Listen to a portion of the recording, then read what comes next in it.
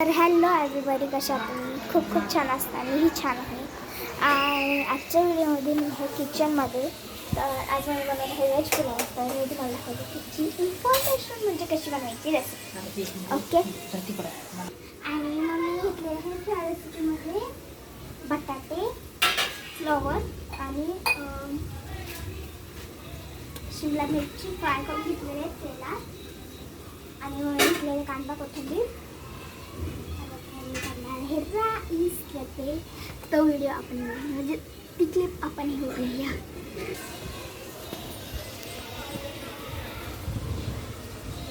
Mummy त्याच्यातून rice काढते.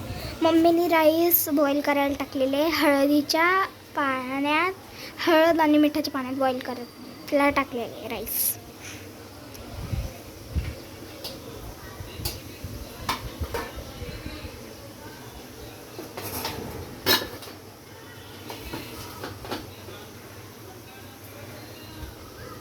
Rice थोडे जास्त येलो दिसत असेल, पण कॅमेऱ्यात तसे दिसतात. रिअल म्हणजे लाईट येलो.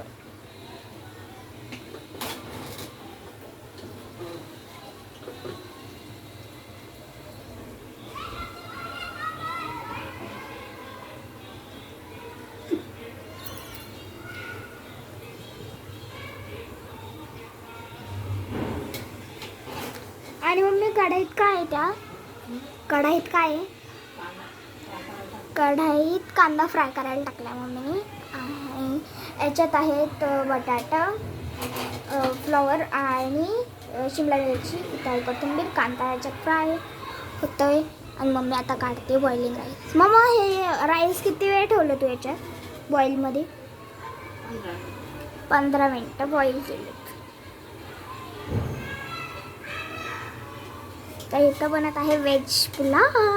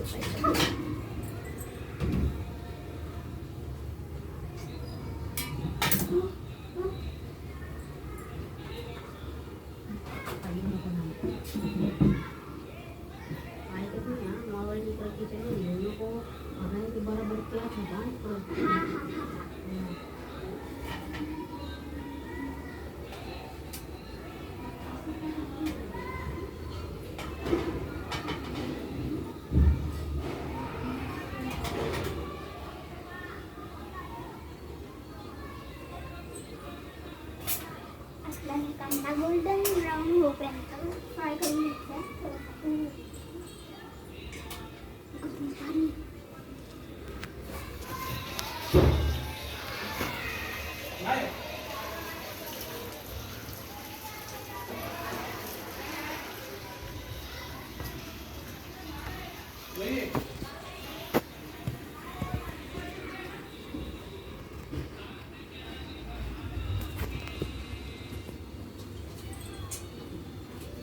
सारी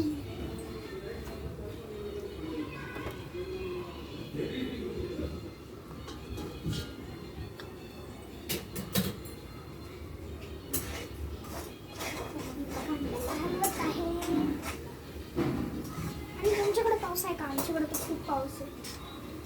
आता पण आभाळ आलेलं.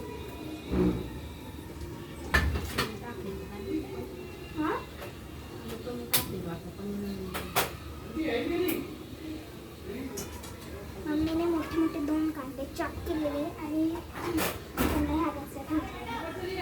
आणि जे मी तुम्हाला सगळे साहित्य सांगितलं, म्हणजे ज्या व्हेजेस सांगितले तुम्हाला, बटाटा, शिमला मिरची, फ्लॉवर, हे मम्मीने एका कढईत मिक्स करून ठेवले. तिथे ठेवतो.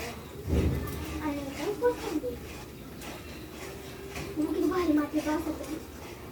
किती मातीचा वास होतो. काय ग? तिचा फोन आला.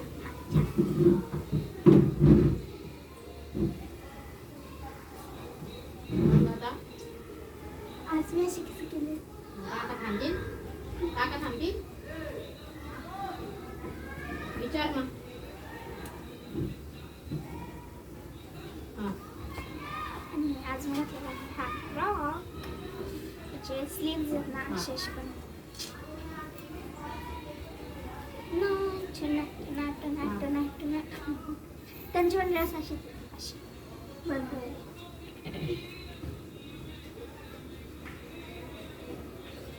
हा बर ठेव.